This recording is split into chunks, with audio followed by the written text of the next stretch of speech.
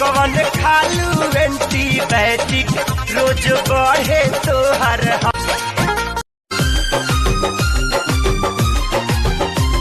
चैत के हवा मारे चोट भातार बिना फाटो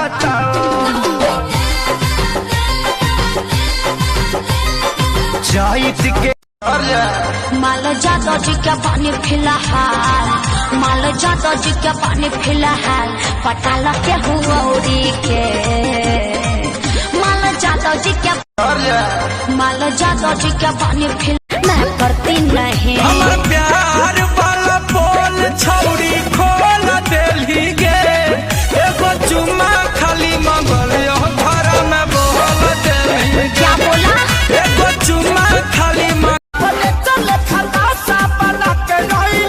अरे बड़ा मजबूर तू दीवाना कोइले गौरा कहीं का हमारे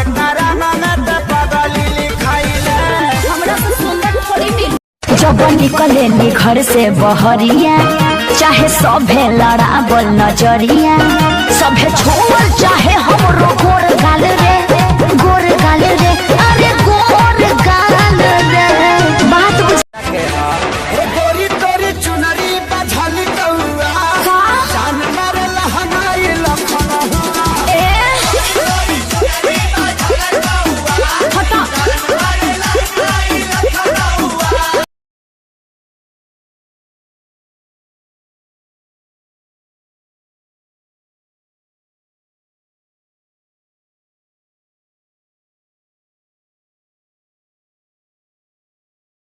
तनिको दम रहल ना। कौन चीज?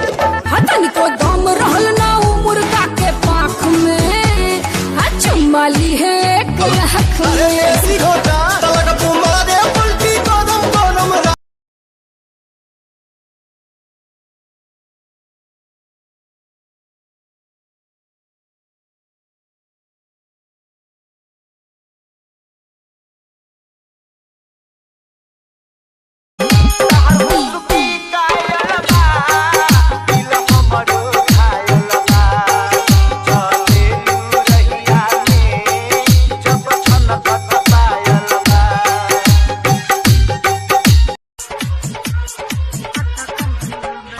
चांद से सुनर लागेलू रचल हेयस भगवान हो, कहेला मीठू लाखों में सुनर।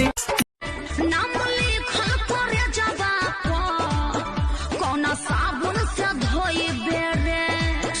जब याद के न भइले रे तो भतार के न होई बेरे। छौड़ा एगो तुड़के करे लागल भरियारी, हमरा कोमरिया में मोच बेलस रे, छौड़ा लगे ऐसे ढोड़ी खरा। हमर को के बर्बादी कोरी करबू तू शादी चिता सजे वाला मोर प्यार के बात। अरे ऐसा नहीं खे भले कार्ड पर नाम भतार के बात, बाकी हार्ड पर नाम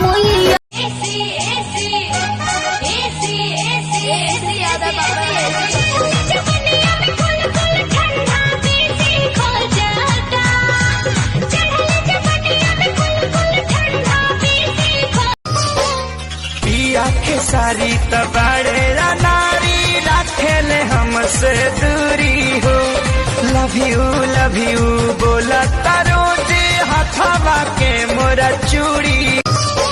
जवन पहिला तू